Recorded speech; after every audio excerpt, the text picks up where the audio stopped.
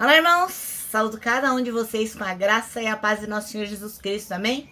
Meu nome é Miriam Anita e estamos aqui para estudarmos um texto escrito pelo irmão Wagner Bragança, cujo nome é Lições da Vida Cristã.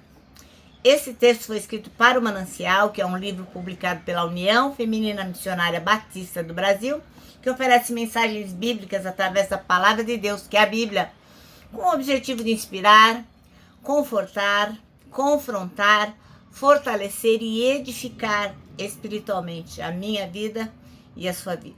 Vocês sabem, eu não escrevi o texto, então o que eu faço? Eu leio e conto para os irmãos aquilo que eu entendi. Quero agradecer aqui uma irmã com quem conversei hoje pela manhã, que me incentivou a nunca desistir, a continuar fazendo esses nossos devocionais, que mesmo na maior simplicidade, sempre haverá alguém que possa ser edificado com ele. Obrigada, viu, irmã Estela? Muito obrigada. Bom, irmãos, então hoje eu quero pedir para vocês, se possível for, compartilhar esse nosso devocional. Se vocês puderem, se inscrevam no canal. E olha, vamos orar juntinhos agora, pedindo ao Senhor que nos mostre qual é a lição da vida cristã que temos que aprender hoje, tá bom? Vamos lá? Senhor Jesus, nós te agradecemos muitíssimo por todas as coisas que o Senhor tem feito por nós, que nós possamos aprender com esta figueira que leremos agora, lições importantes para sermos melhores para ti na vida cristã. É o que te pedimos, não porque mereçamos, mas em teu nome, Jesus. Amém. Bom, irmãos, então hoje nós leremos Marcos 11, de 12 a 14. E esse texto é um texto muito enigmático, mas é um texto lindíssimo, né? Porque ele traz uma mensagem profunda sobre a vida cristã.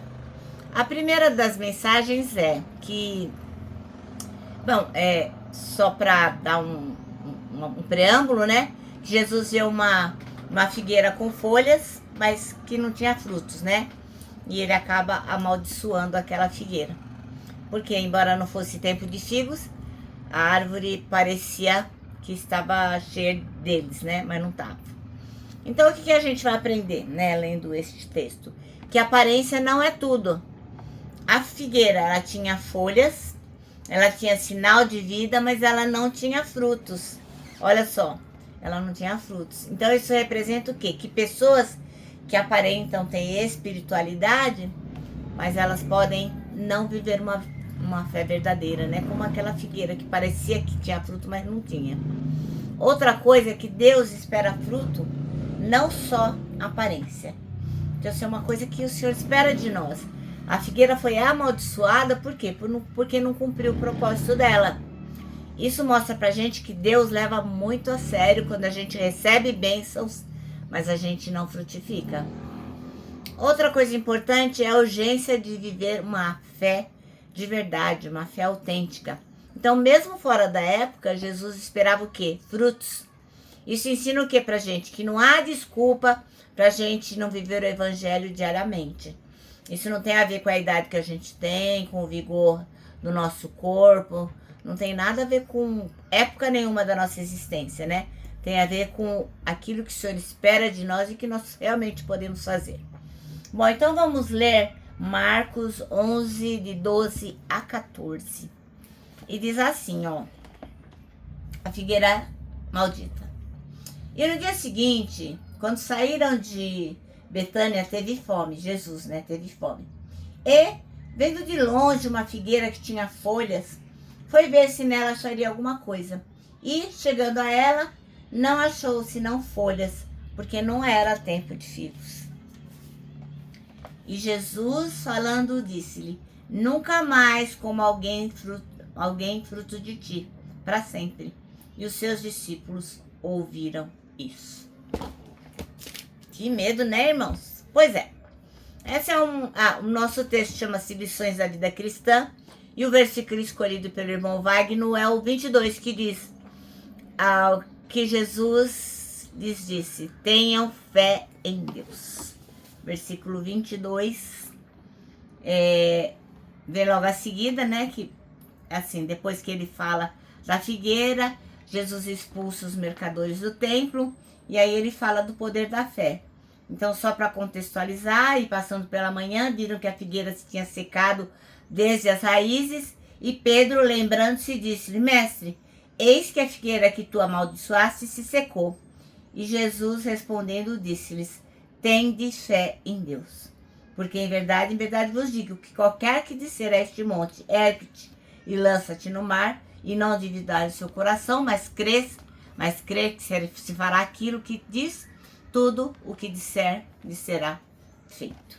Tá bom? Então eu só li esse texto aqui para contextualizar o versículo que o irmão Wagner então escolheu. Bom, então essa passagem que a gente acabou de ler, né, que Jesus fica bravo lá e amaldiçoa a figueira, é difícil de entender, né? Porque faz parte do ministério de Deus e para a gente entender é necessário que a gente se reporte ao contexto total em que isso aconteceu, né? No texto de Marcos que a gente leu e tal, a gente encontra a entrada triunfal de Jesus em Jerusalém. Jesus se dirigiu ao templo, onde ele agiu de forma dura, né?